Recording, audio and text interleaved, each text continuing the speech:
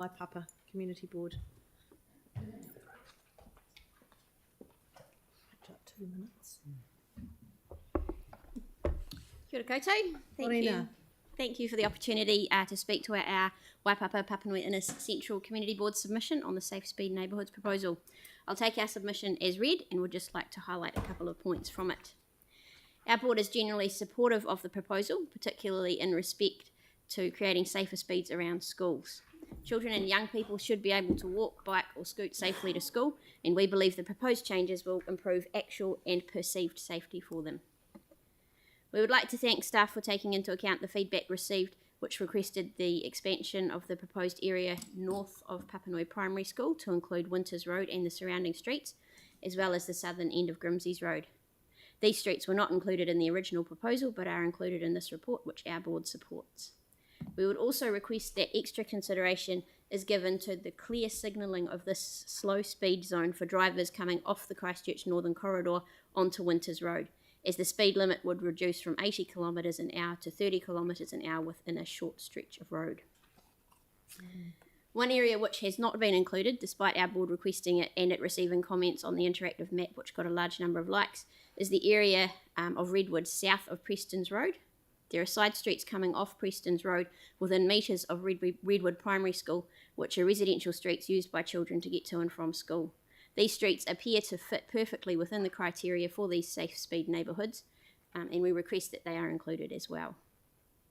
Final point I'd like to make is around the need for enforcement of these speed limits.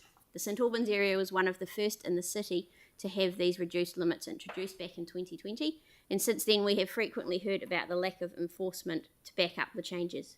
We urge Council to work with police to ensure that their resources are able to support Council's intent in creating these safer speed neighbourhoods. That's it. Thank you. Well, fantastic. Clear, precise. Okay, are there any questions? We've got a minute. No questions? Oh, sorry, Victoria. Thanks, Emma. Reading the material that was provided to us, I noticed there were lots of comments around and requests for traffic calming in and around the Papanui area. Yes. Have you got any comments to make in respect of that? Our board would be supportive of that, but we know that that's not within the scope of this proposal. Thank you. Kelly? Vagues Road. Are you familiar with Vagues Road? Yes, Yeah. very. What are your thoughts on Vagues Road? Because That's already been included in the Papanui area. That's been done. yeah, So that's got a lower speed limit now. Already. That's good. I agree with your point about enforcement. My son has a house on Vagues Road, and when I go and do work there, I am absolutely gobsmacked at how fast people go down that road. It's unbelievable. It's so wide, and Yeah, that's one of the ones that needs some traffic calming to. and there's a school just down there. Yeah. So. Yep. All right. Hey, thanks. Thanks, Kelly. Aaron, did you have one? Yeah, just a couple of things. Has your board directly asked police for more enforcement? We have, and we've actually got a briefing with police this afternoon.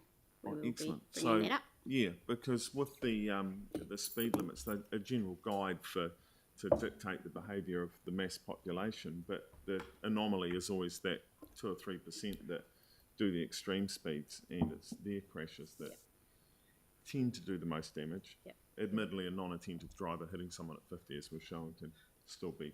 So talking to the police, John Price, recently, their resources were challenged over COVID because a lot of their force went to MIQ. So we're expecting more resourcing to be back in now, and the regular reporting to community boards, and let's face it, a lot of it is around traffic, will start happening again. So I encourage community boards to get onto that. Oh, Yanni, and then Tyler. Yeah, I appreciate it's the schools that you've kind of raised. Is your board meeting with the Ministry of Education to talk through like the schools in terms of, the increase in roles, the planning, future planning around school redevelopment, so that those issues are kind of taken into account in the planning phase? That's not something we as a board have looked at, but it's something we'd be keen to do. Yeah. Okay, yeah, thanks. Thanks, Tyler. Kia ora, Emma. Got it. I've just got a question around that safety by design concept. There's quite a lot of submissions talking about that.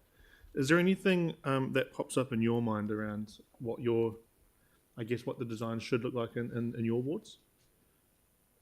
A lot of the streets in our wards, in Papanui and St Albans, they're really wide, and it's that narrowing of them with whether it's chicanes or Gotcha. it's that visual thing that needs to be changed so that it forces people. Yeah, we do have a lot of streets already done, but this project is implementing with just signage. Yeah, I know, Which- I know, but the submissions are reflecting that there needs to be a bit more. No, Yeah. but then Not, that's- I know it's not affiliated to this, but Yeah, it's something it's to gonna look take at for future. Okay. In relation to that extension around the Redwood area, Emma, I note that the residents have received a flyer asking them for feedback to the 28th, so we haven't yet received the information from the general public in relation to that extension. You've indicated in your submission that you are supporting that extension. Are you happy to just hold off on that until we get an opportunity to, or certainly review your position Yeah, absolutely. when we've received the feedback from the locals in that area? Yeah, absolutely. Yep. Thank And you. staff have got a note of that. Thank you. Yanni, just quickly. Just quickly, I don't know if your board has considered this issue, but I know other boards in the past have raised it with council. So when we see new subdivisions going in, and I'm mindful that you're going to have a pretty big development, there's only a requirement for the footpath on one side of the road. So it creates a whole problem. Like in one of the streets that you've referred to, Sarah Ave, I don't know how well you know it, Yep. but there's only a footpath on one side, which means people have to cross rather than being able to go safely around. Do you think we need to look at those sorts of requirements as well? Yeah, I mean, people should be able to walk along outside their house on a footpath and be safe. Yeah. Yeah, have to go on the capital program. Thank you, Emma. Thank Nice you. to see you. See you this afternoon. And now I'd like to welcome